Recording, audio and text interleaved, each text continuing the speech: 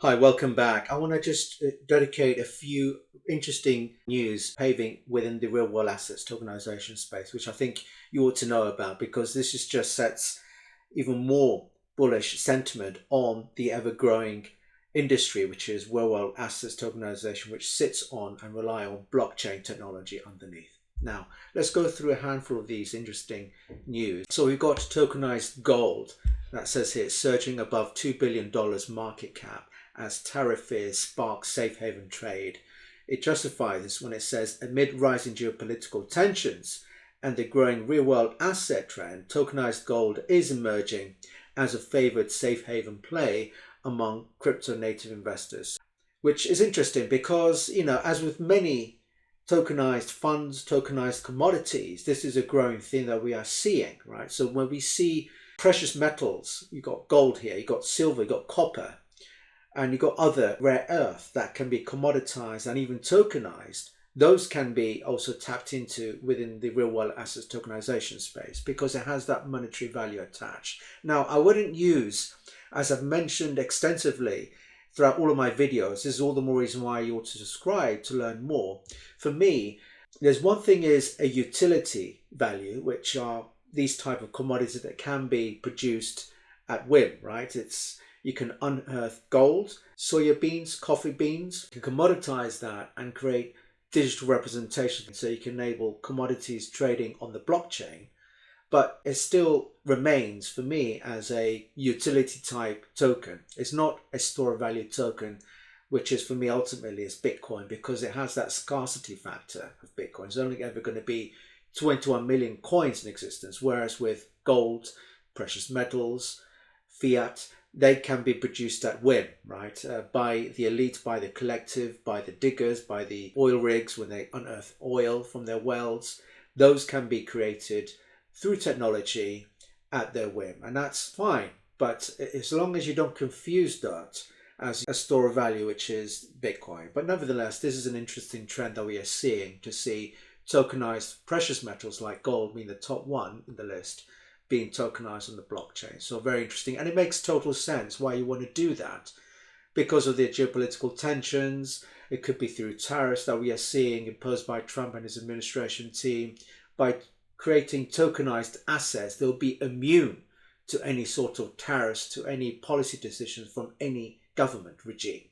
That's the point and the beauty of real world asset tokenization. The next one on the list is on the real estate arena. And I have advocated a few videos on this topic where real estate tokenization is actually alive and kicking. And you've got here noted that Dubai has started real estate tokenization pilot, forecasting $16 billion market by 2033. The Dubai Land Department's initiative aims to expand access and transparency for property investments using blockchain rails. This is again another interesting use case where real estate, particularly for, you think of those first-time buyers who have it really difficult and hard to compete with the ever decreasing devaluation of fiat. So it becomes even more expensive for first-time buyers to even jump on into the property ladder in the brick and mortar world. It becomes even more difficult for these first-time buyers to get a mortgage and to be able to finance their dream home. But if you were to tokenize, particularly real estate premium properties on the blockchain, well, you don't need to think about putting a 5, 10, 50, even a 20% upfront deposit. You can just trade as little as $1 or a token representation of that real estate on the blockchain. So take the instance of this Dubai pilot project. Well, if you want to invest in one of their real estate premium properties on the blockchain, you can just trade as little as $1 and then hold that to maybe the next 6 to 12 months to see how it favors and appreciates in value before you sell it off and gain a premium as a result of that trade.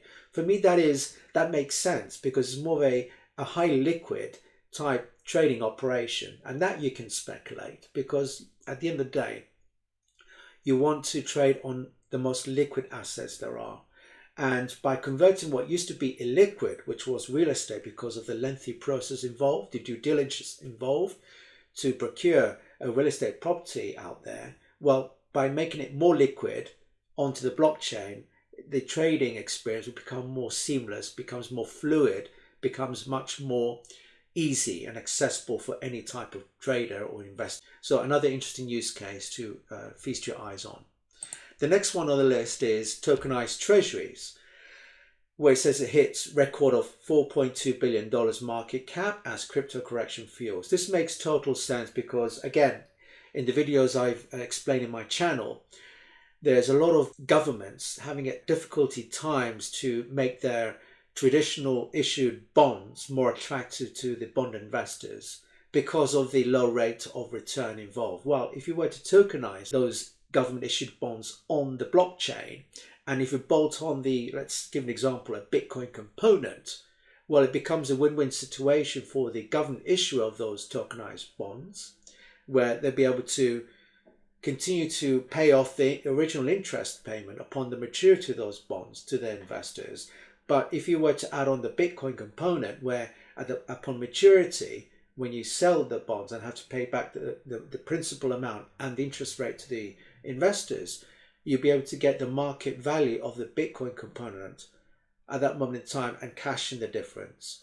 So tokenized treasuries, particularly if we were to bolt on the Bitcoin onto those treasuries, it becomes even more attractive and thereby becoming a win-win situation for both the governments issuing those bonds as well as the bond investors themselves.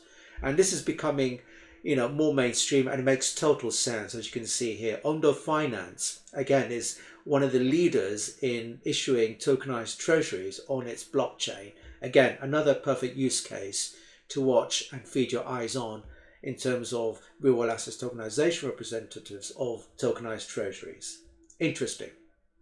Okay, well, let's go through another interesting article, which I think is very relevant. It talks about interoperability project analog raises $15 million to unify liquidity across blockchain. It plans to use the capital to develop interoperability tools like Omnichain analog token standard.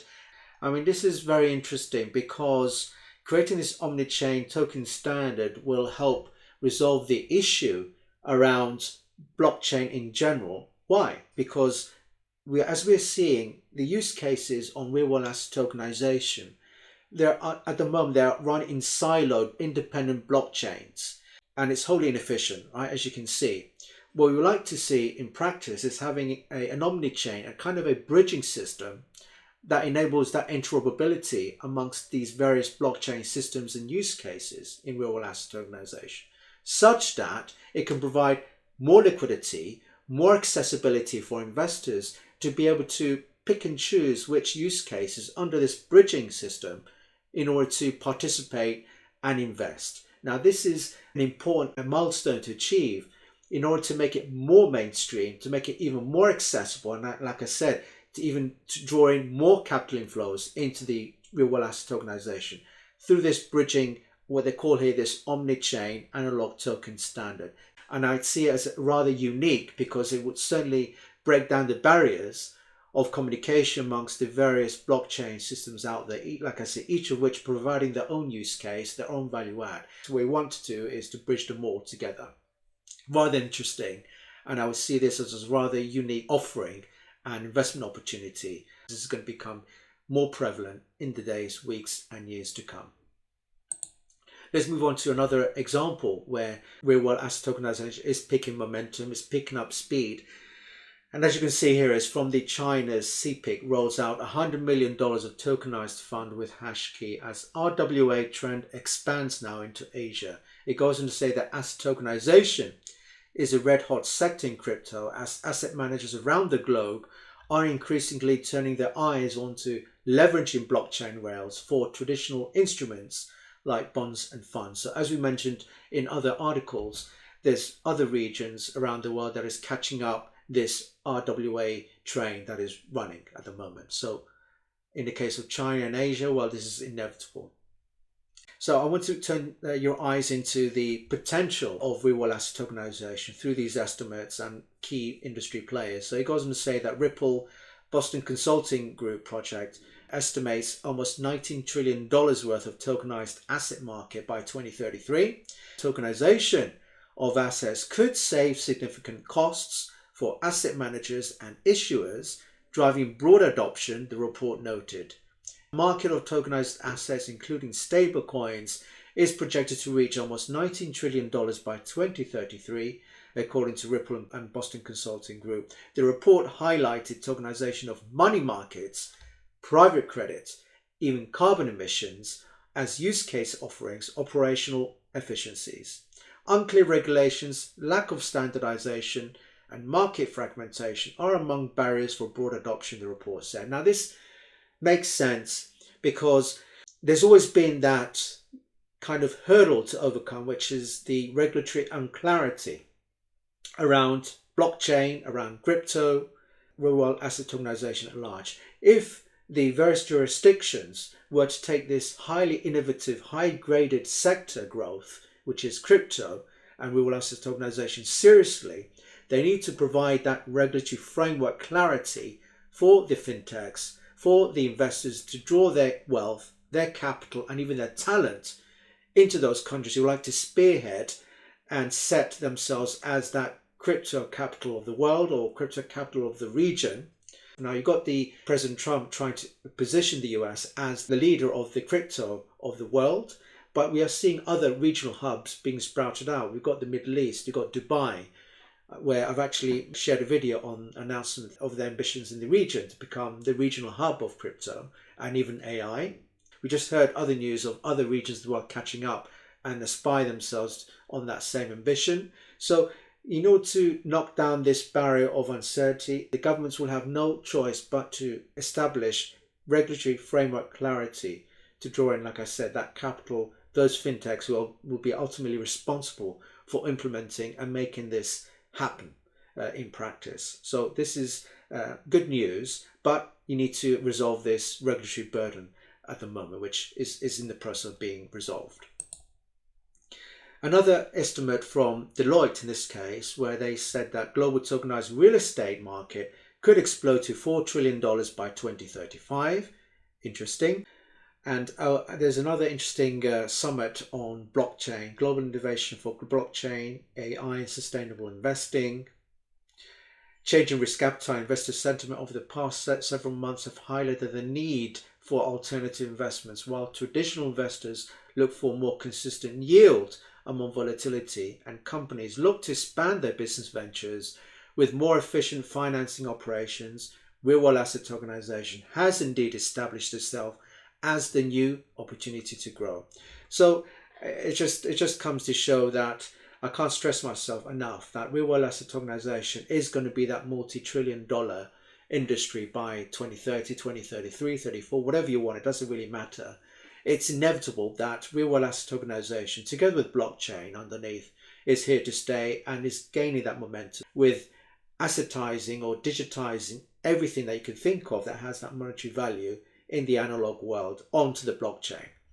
And I want to end this episode with another interesting chart that gives you the current makeup of the total on-chain value of real-world asset tokenization. You can see that private credit is at the moment at the top of the list. It's almost $10 billion of private credit that's been tokenized on the blockchain. This is on-chain data, mind you. Followed by US Treasury debt, which is almost $2.4 billion. You've got commodities. We talked about gold, precious metals being tokenized. They amount to $1 billion. And you've got other types of asset classes being in the process of being tokenized on chain. You've got even stocks and equities. Makes total sense because if you remember, Larry Fink and BlackRock have actually captained the need to digitize stocks and equities on the blockchain. And you've got other assets being tokenized. You've got non-US government debt and corporate bonds in order to make those bond yields more attractive. Well, if you tokenize them and if you particularly bolt it on with Bitcoin, particularly for those government issuers or private issuing firms to do the same, they will, upon maturity, be able to cash in the difference. So in summary, you can see that the real-world assets tokenization has a tremendous amount of opportunity of growth and innovation, particularly for those youngsters out there, those Gen Zs who are in the process of trying to find out where to place their bets in terms of where to specialize their talent. I would, together with AI, if we were to go back in time, and if I know now what I know now, I would definitely move into blockchain and become either a blockchain developer or a fintech startup, because this is something that's going to drive growth in the foreseeable future. If not now, it is picking up speed. And this is something I would encourage youngsters out there to get themselves more specialized in this niche industry, which is real world assets tokenization, because we're going to be needing those blockchain developers. We're going to be needing those specialist skill sets, which at the moment is still rather small. So I would really encourage youngsters to get their hands dirty and get themselves actively involved in becoming that next gen suite of blockchain developers, because as I said, the potential for real world assets tokenization is huge. You've already got a small amount of news, and this is going to explode. And you've got a couple of estimates to give you that reassurance and need that by placing yourself in this area, you can't go wrong. Together with AI, those are my two growth pillars: AI, blockchain / real world asset tokenization. So that's all I'd like to leave you today. If you enjoyed today's episode, please don't forget to hit the like button, to share the video to friends and colleagues at work. And if you haven't done so, to please subscribe to my channel, as I regularly publish some interesting videos such as these, anything to do with Bitcoin, blockchain technology, and the future of finance. So till next time.